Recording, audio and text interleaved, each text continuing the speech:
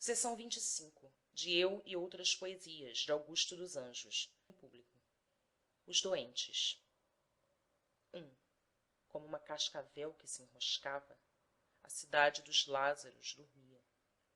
Somente, na metrópole vazia, minha cabeça autônoma pensava.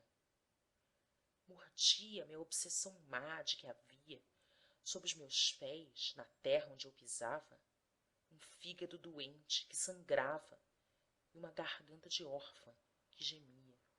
Tentava compreender, com as conceptivas funções do encéfalo, as substâncias vivas que nem Spencer nem Haeckel compreenderam.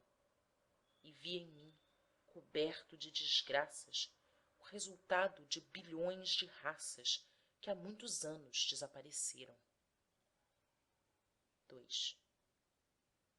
Minha angústia feroz não tinha nome. Ali, na urbe natal do desconsolo, eu tinha de comer o último bolo que Deus fazia para minha fome. Convulso, o vento entoava um pseudo-salmo, contrastando, entretanto, com o ar convulso. A noite funcionava como um pulso, fisiologicamente muito calmo. Caíam sobre os meus centros nervosos, como os pingos ardentes de 100 velas, o uivo desenganado das cadelas e o gemido dos homens bexigosos. Pensava. Em que eu pensava, não perguntes. Mas, em cima de um túmulo, um cachorro pedia para mim água e socorro, a comiseração dos transeuntes. Bruto, de errante rio, alto e hórrido, o urro reboava. Além, jazia aos pés da serra, criando as superstições de minha terra, a queixada específica de um burro.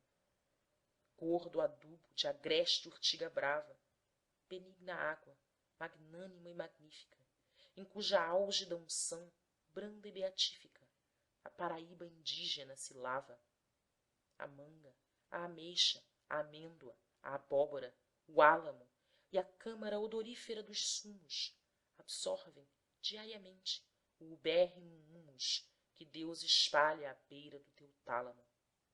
Nos de teu curso, desobstruídos trilhos, apenas eu compreendo, em quaisquer horas, o hidrogênio e o oxigênio que tu choras pelo falecimento dos teus filhos. Ah, somente eu compreendo, satisfeito, a incógnita psique das massas mortas que dormem, como as ervas, sobre as hortas, na esteira igualitária do teu leito. O vento continuava, sem cansaço, e enchia com a fluidez do eólico Isope, em seu fantasmagórico galope, a abundância geométrica do espaço. Meu ser estacionava, olhando os campos circunjacentes. No alto, os astros miúdos reduziam os céus sérios e rudos a uma epiderme cheia de sarampos. 3. Dormia embaixo, com a promíscua véstia do embotamento crasso dos sentidos, a comunhão dos homens reunidos pela camaradagem da moléstia. Feriam-me o nervo óptico e a retina, aponevroses e tendões de Aquiles, restos repugnantíssimos de bilis, vômitos impregnados de ptialina. Da degenerescência étnica do ária se escapava, entre estrépitos e estouros, reboando pelos séculos vindouros, o ruído de uma tosse hereditária. Oh, desespero das pessoas tísicas, adivinhando o frio que há nas lousas! Maior felicidade é a destas coisas, submetidas apenas às leis físicas. Estas, por mais que os cardos grandes rocem seus corpos brutos, dores não recebem. Estas, dos bacalhaus o óleo não bebem. Estas não cospem sangue. Estas não tossem. Descender dos macacos catarrinhos, cair doente e passar a vida inteira com a boca junto de uma escarradeira, pintando o chão de coágulos sanguíneos. Sentir adstritos ao quimiotropismo erótico os micróbios assanhados passearem como inúmeros soldados nas cancerosidades do organismo. Falar somente uma linguagem rouca, um português cansado e incompreensível, vomitar o pulmão na noite horrível em que se deita sangue pela boca, expulsar aos bocados a existência numa bacia autômata de barro, alucinado, vendo em cada escarro o retrato da própria consciência. Querer dizer a angústia de que é pábulo e com a respiração já muito fraca, sentir como que a ponta de uma faca cortando as raízes do último vocábulo.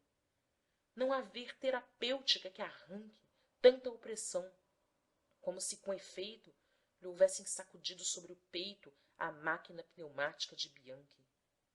E o ar fugindo, e a morte a arca da tumba a erguer, como um cronômetro gigante, marcando a transição emocionante do lar materno para a catacumba. Mas vos não lamenteis, magras mulheres, nos ardores danados da febre ética, consagrando vossa última fonética a uma recitação de misereres. Antes levardes ainda uma quimera para a garganta onívora das lajes, do que morrerdes hoje, urrando ultrajes contra a dissolução que vos espera. Porque a morte, resfriando-vos o rosto, consoante a minha concepção vesânica, é a alfândega, onde toda a vida orgânica há de pagar um dia o último imposto. 4. Começara a chover. Pelas algentes ruas, a água, em cachoeiras desobstruídas, encharcava os buracos das feridas, alagava a medula dos doentes. Do fundo do meu trágico destino, onde a resignação os braços cruza, saía, com o vexame de uma fusa, a mágoa gaguejada de um cretino. Aquele ruído obscuro de gagueira, que à noite, em sonhos mórbidos, me acorda, vinha da vibração bruta da corda mais recôndita da alma brasileira.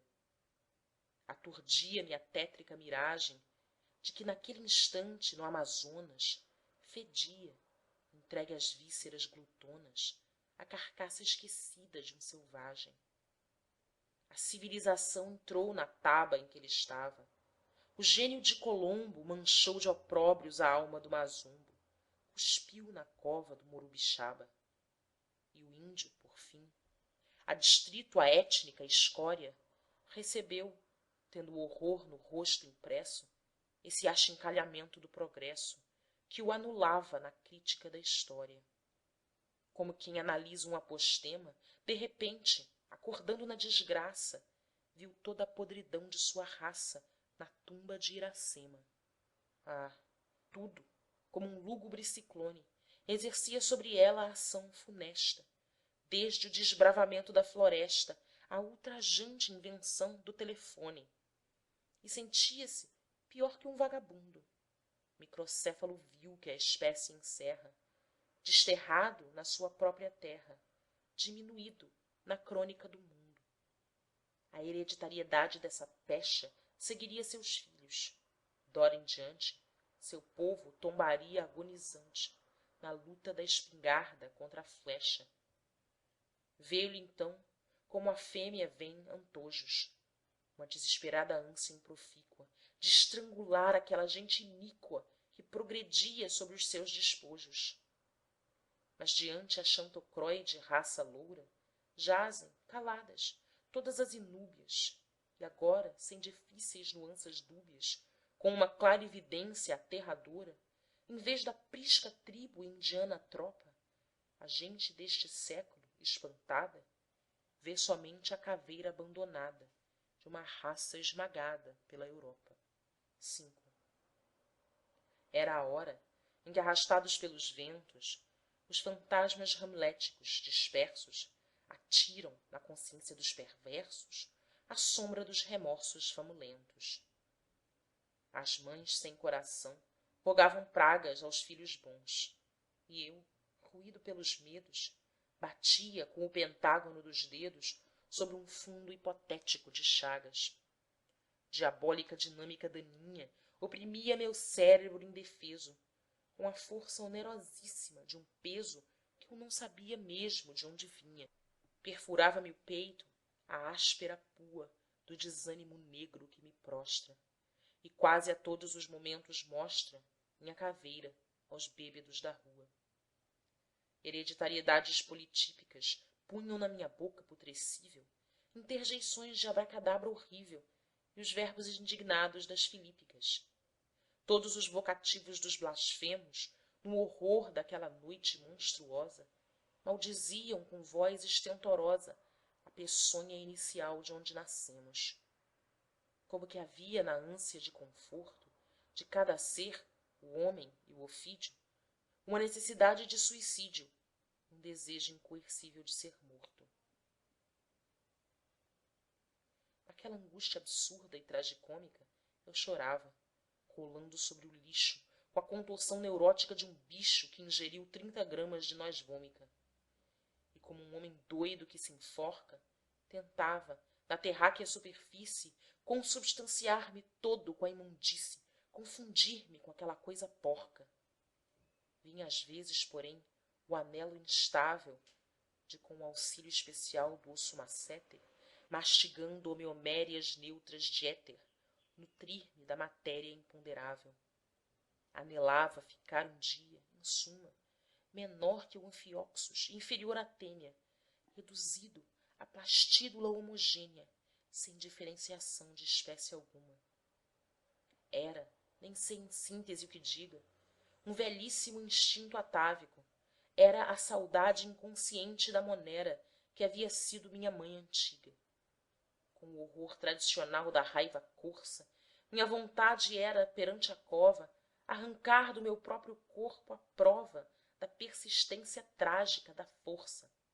A pragmática má de humanos usos não compreende que a morte que não dorme é a absorção do movimento enorme na dispersão dos átomos difusos. Não me incomoda esse último abandono. Se a carne individual hoje apodrece, amanhã, como Cristo, reaparece na universalidade do carbono. A vida vem do éter que se condensa. Mas o que mais no cosmos me entusiasma é a esfera microscópica do plasma fazer a luz do cérebro que pensa. Eu voltarei, cansado da árdua liça, à substância inorgânica primeva, de onde, por epigênese, veio Eva e a estirpe radiolar chamada actissa. Quando eu for misturar-me com as violetas, minha lira, maior que a Bíblia e a Fedra, reviverá, dando emoção à pedra, na acústica de todos os planetas. 6. A auge da agulha, agora, alva, a saraiva, caindo, análoga era. Um cão agora punha a atra língua hidrófoba de fora, em contrações miológicas de raiva. Mas, para além, entre oscilantes chamas, acordavam os bairros da luxúria. As prostitutas, doentes de hematúria, se extenuavam nas camas. Uma, ignóbil, derreada de cansaço, quase que escangalhada pelo vício, cheirava com prazer no sacrifício a lepra má que lhe roía o braço. E ensanguentava os dedos da mão nívea com o sentimento gasto e a emoção pobre, nessa alegria bárbara que cobre os saracoteamentos da lascívia. De certo, a perversão de que era presa o sensorium daquela prostituta vinha da adaptação quase absoluta à ambiência microbiana da baixeza. Entanto, virgem fostes, e quando o éreis, não tinhais ainda essa erupção cutânea. Não tinhais, vítima última da insânia, 2 mamárias glândulas estéreis. Ah, certamente não havia ainda rompido com violência no horizonte o sol malvado que secou a fonte de vossa castidade, agora finda. Talvez tivesseis fome, e as mãos embalde estendestes ao mundo, até que, à toa, fostes vender a virginal coroa ao primeiro bandido do arrabalde. E estáis velha. De vós o mundo é farto. E hoje, que a sociedade vos enxota, somente as bruxas negras da derrota freqüentam diariamente vosso quarto. Prometem-vos, quem sabe, entre os ciprestes, longe da mancebia dos alcouces, nas quietudes nirvânicas mais doces, o noivado que em vida não tivestes. 7. Quase todos os lutos conjugados, como uma associação de monopólio, lançavam pinceladas pretas de óleo na arquitetura arcaica dos sobrados. Dentro da noite funda, um braço humano parecia cavar ao longe um poço para enterrar minha ilusão de moço, como a boca de um poço artesiano. Atabalhoadamente pelos becos, eu pensava nas coisas que perecem, desde as musculaturas que apodrecem a ruína vegetal dos lírios secos. Cismava no propósito funéreo da mosca debochada que fareja o defunto no chão frio da igreja e vai depois levá-lo ao cemitério. E esfregando as mãos magras, eu, inquieto, sentia, na craniana caixa tosca, a racionalidade dessa mosca, a consciência terrível desse inseto. Regolgando, porém, argôs e aljâmias, como quem nada encontra que o perturbe, a energúmena grei dos ébrios da urbe festejava seu sábado de infâmias. A estática fatal das paixões cegas, rugindo fundamente nos neurônios, puxava aquele povo de demônios para a promiscuidade das adegas. E a ébria turba que escaras sujas masca, a falta idiosincrásica de escrúpulo, absorvia com gáudio, absinto, lúpulo e outras substâncias tóxicas da tasca. O ar ambiente cheirava a ácido acético. Mas, de repente, com o ar de quem empesta, apareceu, escorraçando a festa, a mandíbula inchada de um morfético. Saliências polimórficas vermelhas, em cujo aspecto o olhar perspícuo prendo, punham-lhe num destaque horrendo o horrendo, tamanho aberratório das orelhas. O fácies do morfético assombrava. Aquilo era uma negra eucaristia, onde minha alma inteira surpreendia a humanidade que se lamentava. Era todo meu sonho, assim, inchado, já podre, que a morféia miserável tornava as impressões táteis palpável, como se fosse um corpo organizado. Em torno a mim, nesta hora, estriges voam, e o cemitério, em que eu entrei adrede, dá-me a impressão de um bulevar que fede pela degradação dos que o povoam. Quanta gente, roubada a humana coorte, morre de fome sobre a palha espessa, sem ter como ugolino uma cabeça que possa mastigar na hora da morte. E nua, após baixar ao caos budista, vem para aqui, nos braços de um canalha, porque o madapolão para a mortalha custa 1,2 ao lojista. Que resta das cabeças que pensaram? E afundado nos sonhos mais nefastos, ao pegar num milhão de miolos gastos, todos os meus cabelos se arrepiaram. Os evolucionismos benfeitores, que por entre os cadáveres caminham, iguais às irmãs de caridade, vinham, com a podridão, dar de comer às flores. Os defuntos então me ofereciam, com as articulações das mãos inermes, num prato de hospital, cheio de vermes, todos os animais que apodreciam. É possível que o estômago se afoite, muito embora contra isto a alma se irrite, a cevar o antropófago apetite, comendo carne humana à meia-noite.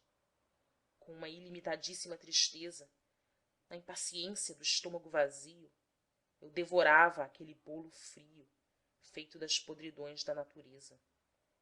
E hirto, a camisa suada, a alma aos arrancos, vendo passar com as túnicas obscuras as escaveiradíssimas figuras das negras desonradas pelos brancos, pisando, como quem salta entre fardos, nos corpos nus das moças hotentotes, entregues ao clarão de alguns archotes, à sodomia indigna dos moscardos, eu maldizia o Deus de mãos nefandas que, transgredindo a igualitária regra da natureza, atira a raça negra ao contubérnio diário das quitandas. Na evolução de minha dor grotesca, eu mendigava aos vermes insubmissos, como indenização dos meus serviços, o benefício de uma cova fresca. Manhã. e eis-me a absorver a luz de fora, como o íncola do polo ártico, às vezes, absorve, após a noite de 6 meses, os raios caloríficos da aurora. Nunca mais as goteiras cairiam, como propositais setas malvadas, no frio matador das madrugadas, por sobre o coração dos que sofriam. Do meu cérebro, à absconsa tábua rasa, vinha a luz restituir o antigo crédito, proporcionando-me o prazer inédito de quem possui um sol dentro de casa. Era a volúpia fúnebre que os ossos me inspiravam, trazendo-me ao sol claro, a apreensão fisiológica do faro, o odor cadaveroso dos destroços. 9. O inventário do que eu já tinha sido espantava. Restavam só, de Augusto, a forma de um mamífero vetusto e a cerebralidade de um vencido.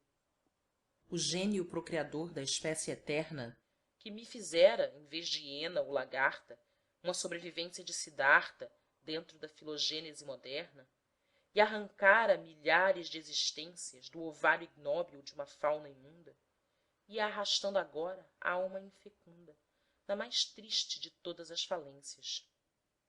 No céu calamitoso de vingança, desagregava, déspota e sem normas, o adhesionismo biôntico das formas, multiplicadas pela lei da herança. A ruína vinha horrenda e deletéria do subsolo infeliz, vinha de dentro, da matéria em fusão que ainda há no centro, para alcançar depois a periferia. Contra a arte, ó morte, em vão teu ódio exerces.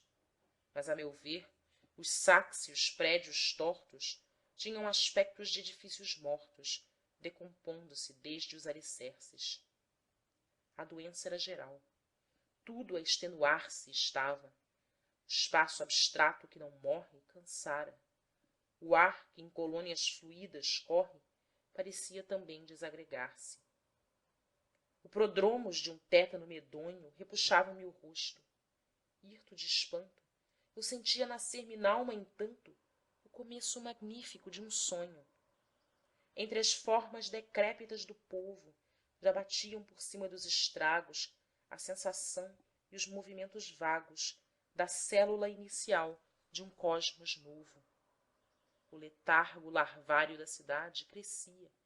Igual a um parto numa furna, vinha da original treva noturna o vagido de uma outra humanidade.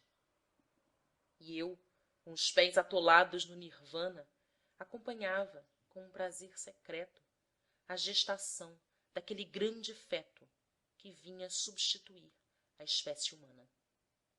Fim do poema.